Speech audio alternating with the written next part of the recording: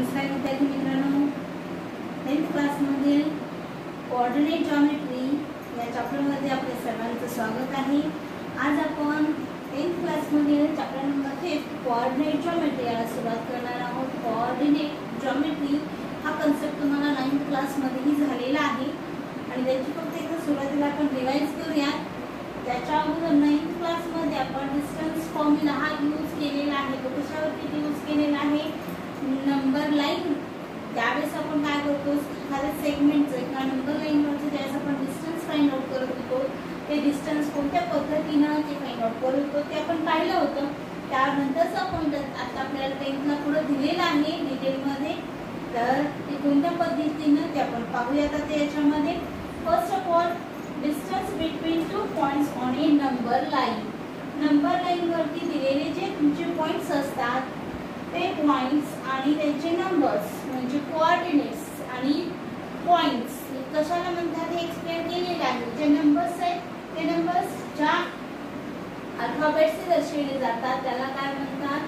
Points म्हणतात। That means point A B C D E O हे point आहेत आणि ते पॉइंट ज्या नंबर्सने डिनोट केलेले आहेत किंवा त्या पॉइंटचे जे नंबर्स आहेत ते म्हणजे त्याचे कोऑर्डिनेट्स असतील, निर्देशांक असतील, हे आपण पाहिलेलं आहे।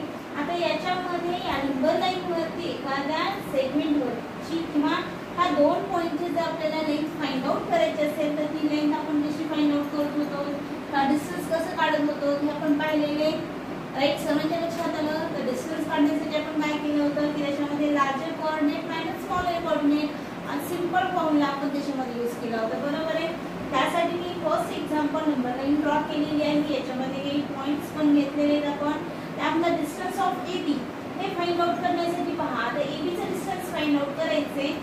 पॉइंट A आणि B चे कोऑर्डिनेट्स आपल्याला माहिती आहे। पॉइंट A चा कोऑर्डिनेट 1 आहे, B चा कोऑर्डिनेट 3 आहे, लार्जर कोऑर्डिनेट कोणता आहे 3 आहे, स्मॉलर कोऑर्डिनेट कोणता आहे 1 आहे। That means 3 - 1 is 2। That means distance of AB आपल्याला किती मिळालेला आहे? 2 युनिट हे आपल्याला झालेले। नेक्स्ट पॉइंट, आता हे मात्र प्रत्येकाने व्यवस्थित समजून घ्या। Find the distance between any two points on axis. आता ॲक्सिस म्हणजे एक्स ॲक्सिस आणि वाय ॲक्सिस हे जे ॲक्सिस आहे त्याच्यावरती ज्यावेळेस आपल्याला काय काढायचं असेल, दोन पॉइंटचं कोणतेही डिस्टन्स जर काढायचं असेल तर ते कसं मेजर करतात किंवा ते कसं फाइंड आउट करतात तर ते पहा। याच्यामध्ये त्यासाठी काय केलेलं आहे, याच्यामध्ये एक्स ॲक्सिस आणि वाय ॲक्सिस हा ड्रॉ करून घेतलेला आहे। त्याच्यामध्ये first of all Y dash X and X dash याच्यामधील एक्स ॲक्सिस वरती मी दोन पॉइंट्स घेतलेले। फर्स्ट पॉइंट ए असेल, सेकंड पॉइंट हा बी आहे। याच्यामध्ये पॉइंट ए, आता हा पॉइंट ए चा जो काही कोऑर्डिनेट असेल तो x1 कन्सिडर केला आणि y चा याच्यामध्ये लाईन नाही किंवा इथं कुठे इंटरसेक्ट न झाल्यामुळे x ॲक्सिस वरती असल्यामुळे y चा कोऑर्डिनेट इथं काय येणार आहे? 0 येणार आहे, ओके।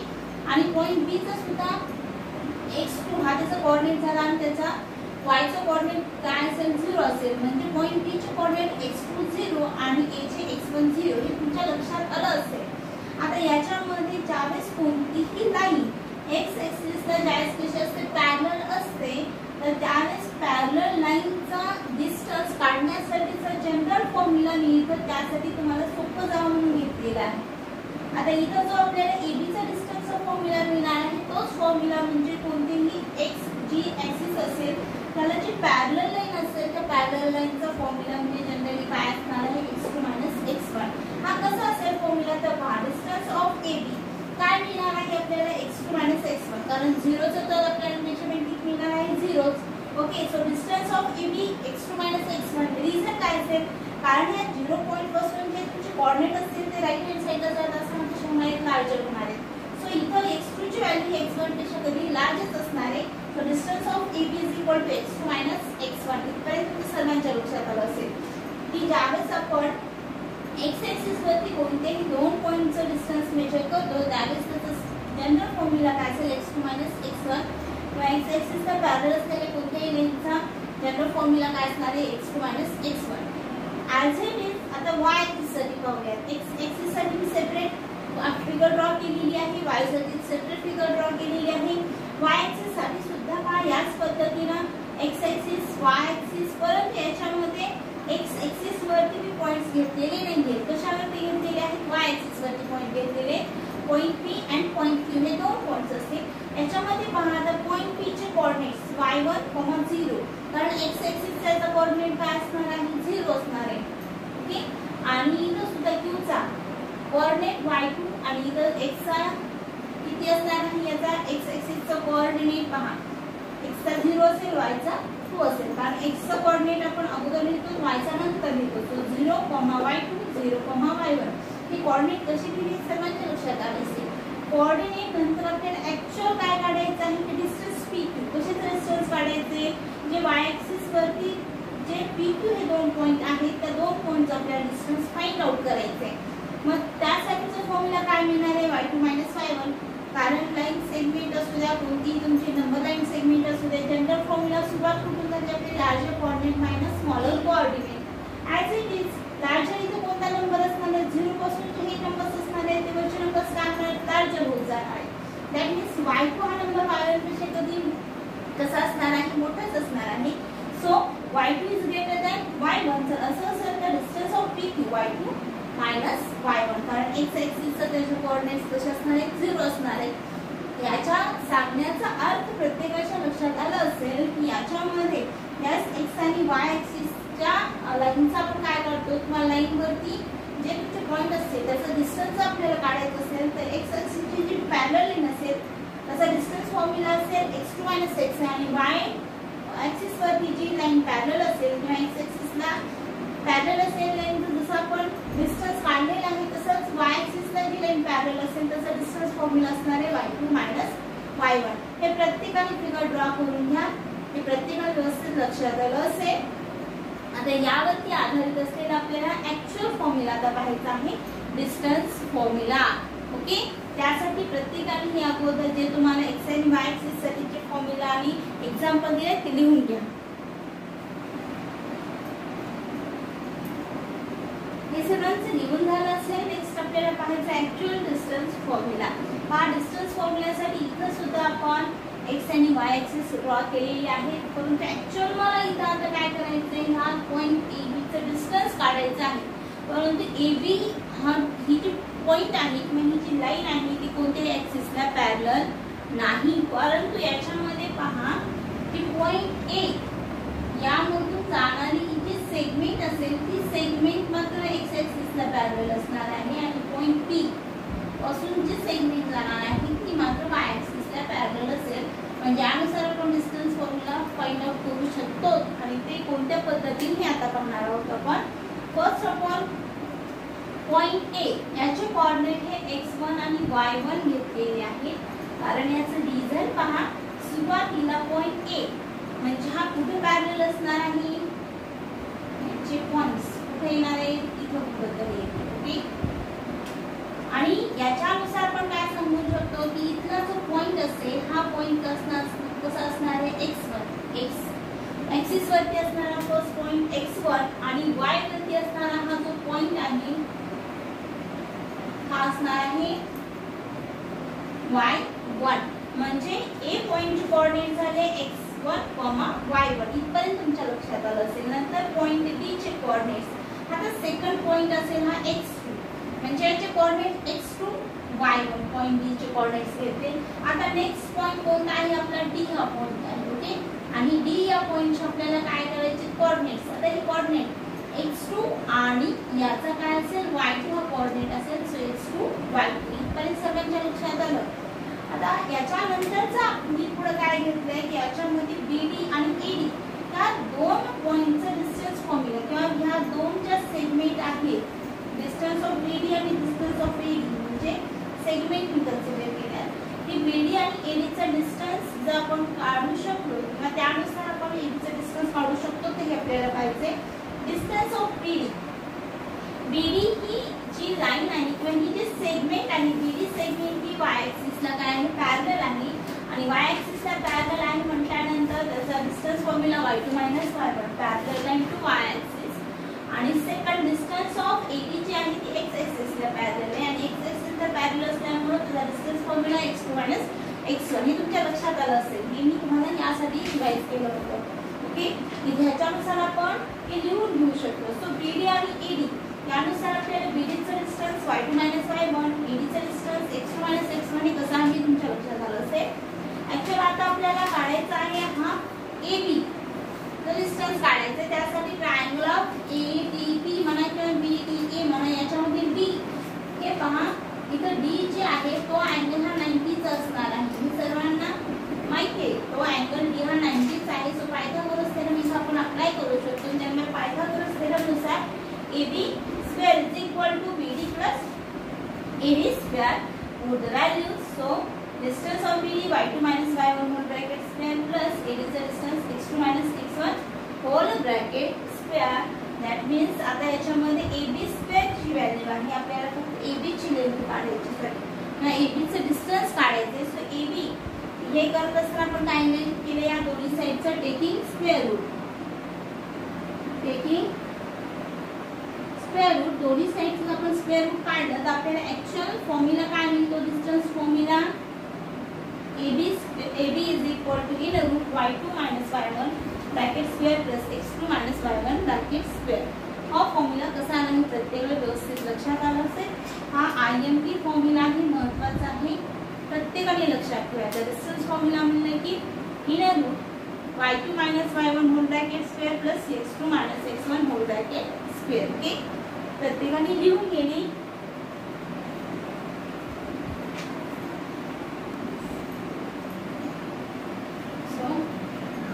प्रॅक्टिस सेट 5.1 यामधला क्वेश्चन फर्स्ट आपण पाहूयात आता. Find the distance between each of the following pairs of points. Point A याचे कोऑर्डिनेट्स दिले 2, 3 आणि पॉइंट बी चे कोऑर्डिनेट्स दिले 4, 1. आता याच्यामध्ये आपल्याला फाइंड आउट काय करायचे, distance between each of the following pairs. ज्या पॉइंटच्या पेयर दिले त्यामध्ये डिस्टन्स आपल्याला फाइंड आउट करायचा आहे आणि त्यासाठी डिस्टन्स फॉर्म्युलाचा यूज करायचा आहे, जो की आत्ताच आपण पाहिलेला आहे. सो डिस्टन्स फॉर्म्युला लक्षात आले सर्वांच्या. Distance formula is equal to काय असेल formula, right, in root y2 minus y1 whole bracket square plus x2 minus x1 whole bracket square. Okay, now start. Suppose or let's suppose the coordinate of point A चे coordinates आपण काय consider करूया, coordinates of point A चे coordinates. First x1 is equal to 2 and y1 is equal to 3 and next the coordinate of point B चे coordinates आपण consider करूया. B चे coordinates म्हणजे x2 is equal to 4 and y2 is equal to 1. म्हणजे याच्यामध्ये first आपण coordinate consider करत असताना x एक्सिस वरचा अगोदर लिहितो, y एक्सिस वरचा नंतर लिहितो. So x, y. So first जो पॉइंट आहे त्याचा कोऑर्डिनेट आपण x1 y1 दॅट इज 2, 3 आणि second x2 y2 that is 4, 1 हे कोऑर्डिनेट आपण कन्सिडर केलेले आहे. आता नेक्स्ट आपल्याला काय करायचं आहे, by using distance formula.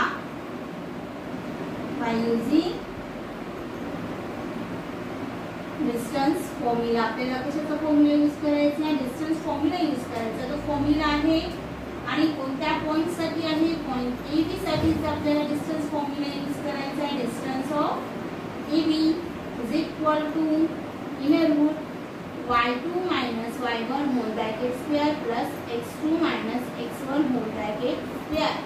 Now put the y2 is equal to 1 minus y1 is equal to 3 bracket square, x2 is equal to 4 minus x1 is equal to 2 bracket square. That means in a root minus 3 plus 1 minus 2 bracket square 4 minus 2 that means 2 square. Okay, in a root minus 2 square 4 plus 2 square is 4 that means in a root आपल्याला value किती मिळणार आहे 8. आता 4 ही आपली perfect square route number नाही म्हणजे ह्याचे factors किती मिळणार आहेत आपल्याला 4 * 2 that means आपल्याला व्हॅल्यू मिळणार आहे 2 in a root 2 unit. that means आपण याच्यानुसार काय सांगू शकतो, the distance of point AB is 2 into root 2 unit. So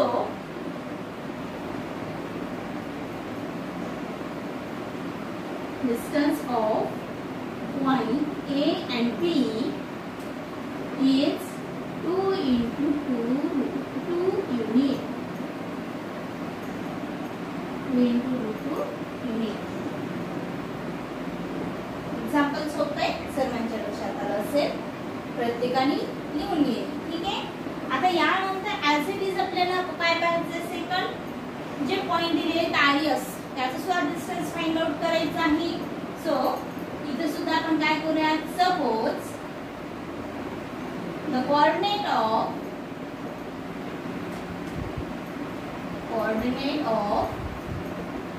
point R is x1 is equal to 0, y1 is equal to -3, and the coordinate of point S is काय consider करूयात आपण, second point असल्यामुळे x2 is equal to 0 and y2 is equal to 5 divided by 2. Then by using distance formula,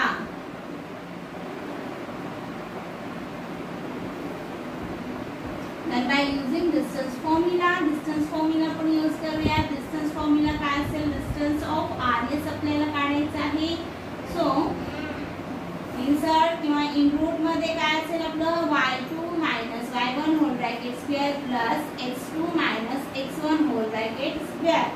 So put the values. y2 is equal to 5 upon 2 minus y1 is equal to minus च्या value इथं put up करा. याच्यामध्ये आपल्याला काय मिळणार आहे, bracket square y2 is equal to आपली किती आहे 0 and y1 is equal to also 0 bracket square. So put the values right. इथपर्यंत प्रत्येकाने लिहून घ्या. प्रत्येकाने लिहून झालं असेल. Next, so in first bracket second bracket मध्ये व्हॅल्यू आपण पुट अप केलेली आहे 5 upon 2 मायनस व्हॅल्यू आपल्याला काय मिळणार आहे, प्लस मिळणार आहे bracket plus 0. That means he value आपली टोटली काय होणार आहे, 0 होणार आहे. सो इन फर्स्ट ब्रॅकेट 5 दोन्हीचं काय करून घ्या, छेद समान करून घ्या. 6 upon 2 दॅट मीन्स आपल्याला काय मिळणार आहे, whole bracket square. So 11 upon 2 whole bracket square. So यानुसार आपल्याला व्हॅल्यू मिळणार आहे 121 upon 4. दॅट मीन्स आता याचं आपल्याला काय करायचं आहे, ही व्हॅल्यू सर्चच्या बाहेर किंवा रूटच्या बाहेर घ्यायची आहे. दॅट मीन्स फक्त RS ची व्हॅल्यू जर आपल्याला फाइंड आउट करायचं असेल तर आपल्याला याच्यामध्ये रूटला हा ब्रॅकेट तुम्ही डायरेक्ट कॅन्सल करा किंवा स्क्वेअर करून जरी केला तरी चालेल. म्हणजे 11 upon 2 ही आपल्याला काय मिळणार आहे, याचे डिस्टन्स मिळणार आहे. सो याच्यानुसार आपण काय सांगू शकतो, डिस्टन्स ऑफ, कशामध्ये डिस्टन्स काढायचे आपल्याला, okay, which point, distance of point R and S is किती असणार आहे, 11 upon 2 युनिट. ओके, एक्झाम्पल व्यवस्थित सर्वांच्या लक्षात आलं असेल. सर्वांनी लिहून घेणे आणि प्रत्येक विद्यार्थ्यांनी आजचा होमवर्क काय करायचा आहे, तर प्रत्येक विद्यार्थ्याने प्रॅक्टिस सेट 5.1 यामधला जो क्वेश्चन फर्स्ट आहे, या क्वेश्चन फर्स्ट मध्ये रिमेनिंग जे क्वेश्चन्स असतील म्हणजे क्वेश्चन फर्स्ट आणि थर्ड हे क्वेश्चन सोडून क्वेश्चन फर्स्ट मध्ये सब क्वेश्चन जे राहिलेले ते तुम्ही सर्वांनी कंप्लीट करायचे आहे. तुम्ही ग्रुपवरती सेंड करा.